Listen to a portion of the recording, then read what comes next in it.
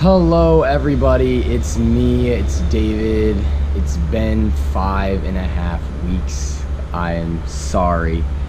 Life has been crazy here, just on outreach in the Gold Coast and in Townsville. I decided to do a video update because there was just so much. There really was so much that happened during that time on outreach, and I apologize that I wasn't able to get any newsletters out during that time, or even when I came back. There was a lot of debriefs that happened, and just a lot of talking about how it went and where everybody went. And I'm just gonna go over that with you guys, everyone back home or from the States or in Brazil or wherever you're watching from. I just want to let you guys know I love you guys, miss you guys, and I can't wait to see you soon.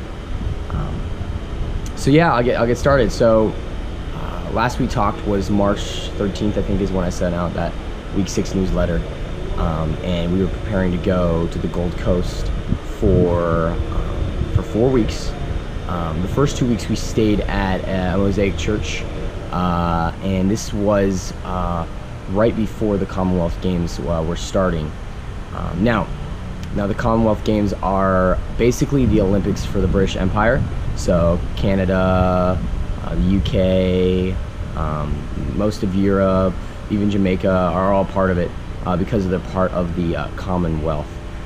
So we were going to the Gold Coast for that, but we went 2 weeks early, stayed at this church, helped out around there, really served them, got to know the people at the church, prayed for them. We also, during that time, we went out to the city in Gold Coast. There's a place called Surfers Paradise. It's really popular, can be quite crowded, especially during this time of year.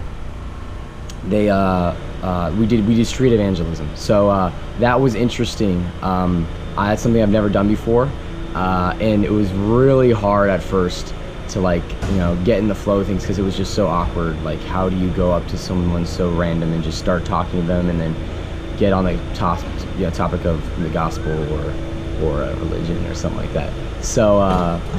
So anyways, yeah, so it was interesting being able to go in a group of 2 or 3 and really talking to someone, praying for someone. And I think that while it was hard, it definitely was so fulfilling. It was probably the funnest thing we had the chance to do there, because just seeing how lonely, how people that they just want to be loved. Every person out there wants to be loved, at least a little bit, and just getting the opportunity to pray for people, and just learning how to really break through to some people that just don't want to be talked to is something really cool. And it wasn't like every time when we went up to somebody they wanted to talk to us. It was quite awkward sometimes, but we made do, and it was really powerful and so much fun. Got to really hang out with my team a lot. Got to really experience some really good friendships, and our leaders did a great job. It was really fun. Anyway, so after those 2 weeks out in the Mosaic Church, we went over to another church about 25 minutes south. It's called Elevation Church, believe it or not, and not the Elevation Church you may be thinking of on the East Coast, but very nice place. They actually were housing about 250 other YWAMers who came just for the Commonwealth Games, and it was awesome just to see all these people get together for this one purpose, and just to be there. And we were doing a few things. We were handing out 10,000 copies of the Gospel of Luke, and the book was called Priceless, and it had testimonies and stuff in there, and really trying to get the gospel in the people's hands, and the living word, which is so important. And not only that, we also were participating in something called prayer chains. So they were trying to break the Guinness World Record book for the longest paper prayer chain. And so we would go around just asking random people on the street, hey, would you like to break a world record? And say, yeah, just go ahead and write down a prayer or anything, maybe a desire in your heart that that you want to write down. And we were just people writing these down like crazy and trying to beat this record. So that was really fun. I didn't know how that turned out. I think they're still working on it.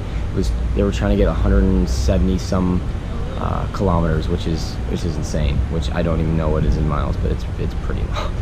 So anyways, that was awesome. We also helped out at this church it was a New Life church, also called Crossroads, and we helped out with some disabled people who couldn't function properly, and it was so humbling. It was a great experience just to go there with my team and just love on these people.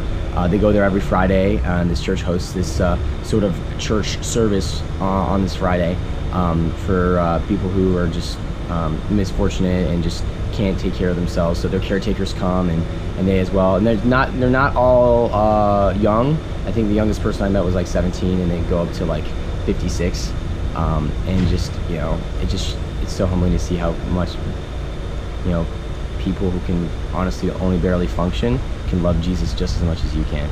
And that was just awesome. That was just so like, fulfilling to see that. We had a great time, just loving on these people, you know, eating with them and just making conversation. So that was really good too. Honestly, this whole time in the Gold Coast, which is our first outreach, Papua New Guinea is coming up in a week. This time was incredible. I saw God move in ways I never imagined. You know, it's almost like my faith has been restored, some could say, but you know, when you're really diving in the Word every day and just, you know, getting loved on by this awesome team I'm with, it's great. So yeah, so I just returned about a week and 3 days ago, something like that.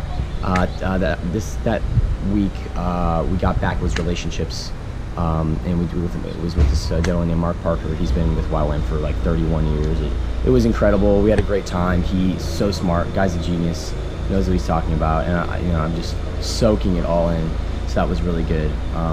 And also coming back was so nice to hear from our other teams who went out. We had a youth team that they stayed here in Townsville, and we had an RTO team, which means Reef to Outback. So they went up to Cairns. It's probably a 4-hour drive north.